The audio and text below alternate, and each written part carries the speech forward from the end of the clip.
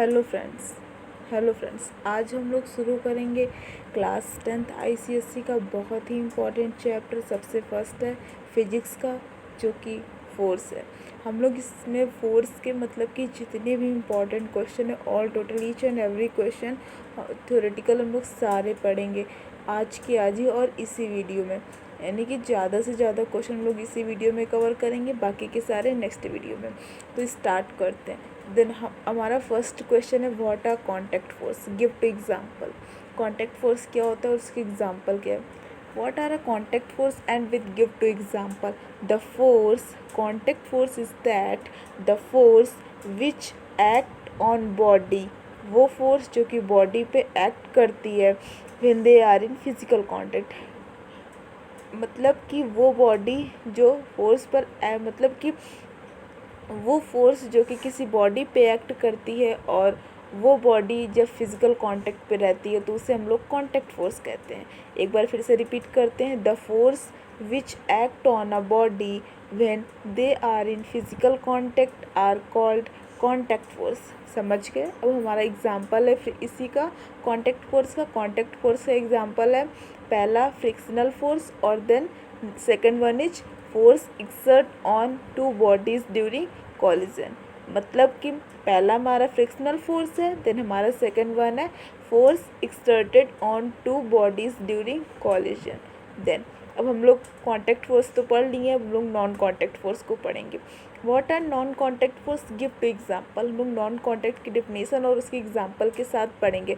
तो स्टार्ट करते हैं। The force, contact force is the force experienced by bodies and even without being physically touched are called non-contact force। इसमें आपको simple सा mind लगाना है कि जो कॉन्टैक्ट फोर्स होगा, जो सूत्री का अपोजिट हमारा नॉन कॉन्टैक्ट फोर्स होगा, उसमें मतलब कि बॉडी जो होती थी वो फिज़िकल के कांटेक्ट में रहती थी, पूरी बॉडी फिज़िकल के कांटेक्ट में रहती थी, बट इसमें कांटेक्ट में है ही नहीं, टच ही नहीं करती, तो उससे हम लोग कहेंगे नॉन कांटेक्ट फोर्स। देन उसमें एग्जाम्पल थे फ्रिक्शनल फोर्स, तो इसमें हमारा एग्जाम्पल क्या है, gravitational force and electrostatic force. इसमें हमारा एग्जाम्पल क्या है, gravitational force and electrostatic force. Understand. Then अब हमारा एक अगला क्वेश्चन आता है। इसमें दिया गया classify the following amongst contact and non contact force. अब हम लोगों ने मतलब कि कॉन्टैक्ट फोर्स भी पढ़ लिया एग्जाम्पल के साथ, नॉन कॉन्टैक्ट फोर्स भी पढ़ दिया एग्जाम्पल के साथ। कॉन्टैक्ट फोर्स वो होता है जिसमें कि फिजिकल मतलब कि physical contact, body physical contact में रहती है, और उसका एग्जाम्पल फ्रिक्शनल फोर्स। और जो हमारा नॉन कॉन्टैक्ट फोर्स होता है उसमें बॉडी जो है फिजिकली टच ही नहीं रहती है, बिना टच के रहती है। उसमें एग्जाम्पल है ग्रेविटेशनल फोर्स और इलेक्ट्रोस्टैटिक फोर्स भी। देन अब हम लोग का एक मतलब कि क्वेश्चन आता है, इसको हम लोग क्लासीफाई कैसे करेंगे कि ये हमारा कांटेक्ट है, ये हमारा नॉन कांटेक्ट है। देखिए कांटेक्ट इसमें दिए कितने गए हैं। पहला frictional force, normal reaction force, force of tension in a string, and fourth one is gravitation force, and fifth one is electrostatic force, and the sixth one is that is magnetic force. ये हमारे 6 force दिए गए हैं। These all are 6 force.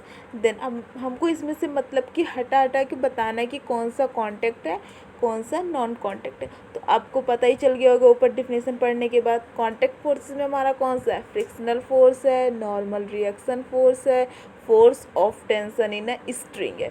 Then non contact force कौन सा है, gravitational force है, electric force है, मैग्नेटिक फोर्स है। I hope you clear.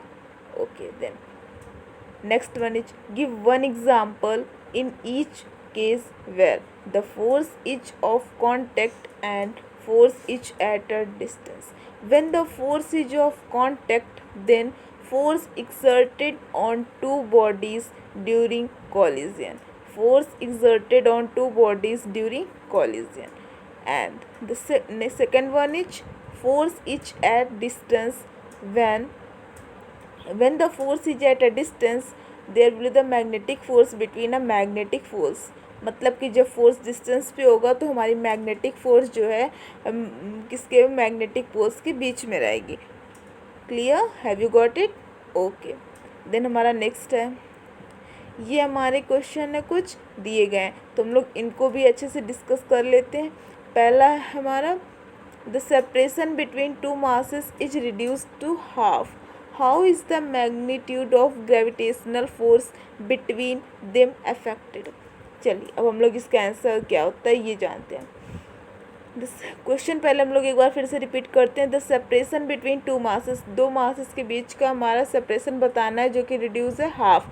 How is the magnitude of gravitational force between them affected, दोनों के बीच में ग्रेविटेशनल फोर्स का मैग्नीट्यूड मतलब कि कैसे अफेक्ट करेगा तो जानते हैं. The magnitude gravitational force between two masses will become 4 times as the gravitational force varies inversely at the square of a distance of a separation.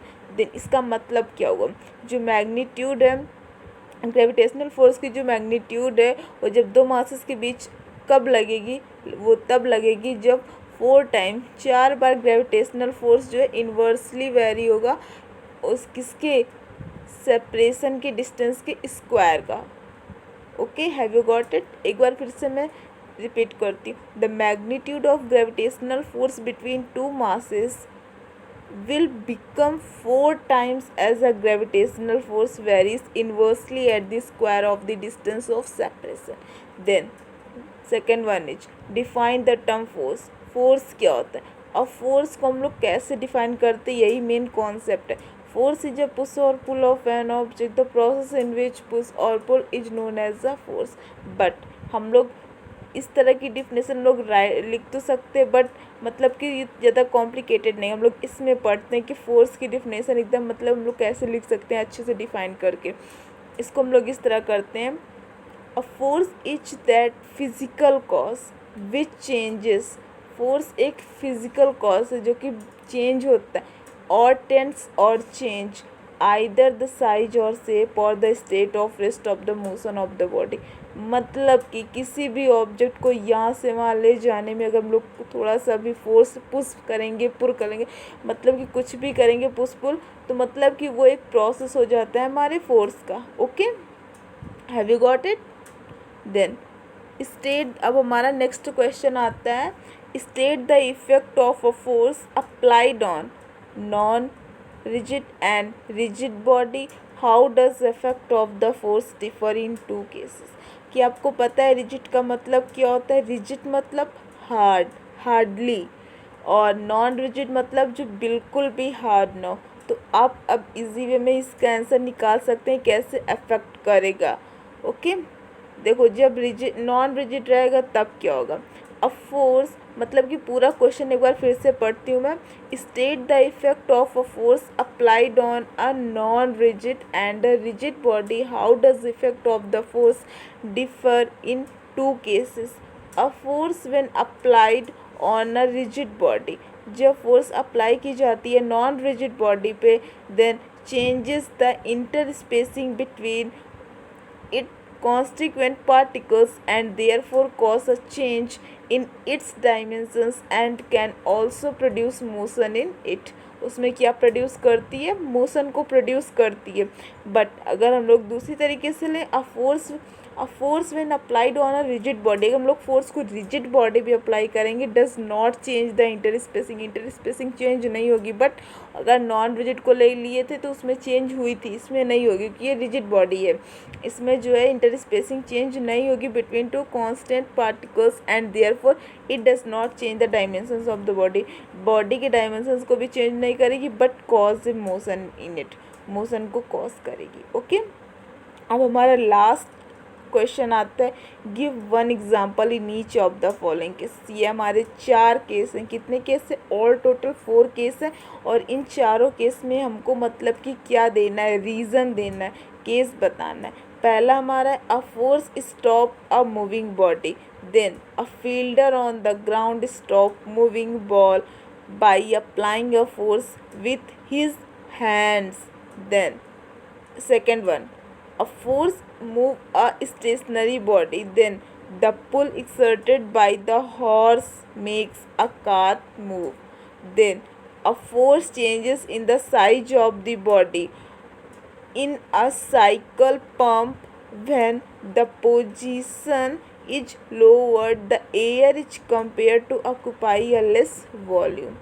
But on pressing मतलब कि इन अ साइकिल पंप में when the position is lower, position अगर lower होगी तो air is compress to occupy a less volume, air जो है कम volume को कंप्रेस करेगी, ऑक्यूपाई करके कंप्रेस करेगी। ओके, हमारा लास्ट केस आता है a force changes the shape of the body, जब फोर्स अपने बॉडी का शेप चेंज करेगी। उसमें क्या होगा, on pressing a piece of rubber its shape is changes, अगर हम लोग मतलब कि रबर के पीस पर मतलब कि उसको हम लोग प्रेस करेंगे देन उसका शेप चेंज हो जाएगा। आई होप आपको सबको समझ में आ गया होगा। देन अगर आपको सारा कुछ समझ में आ गया है तो प्लीज़ इसे आप लोग पढ़ लीजिएगा। Then thanks for watching, bye bye, take care.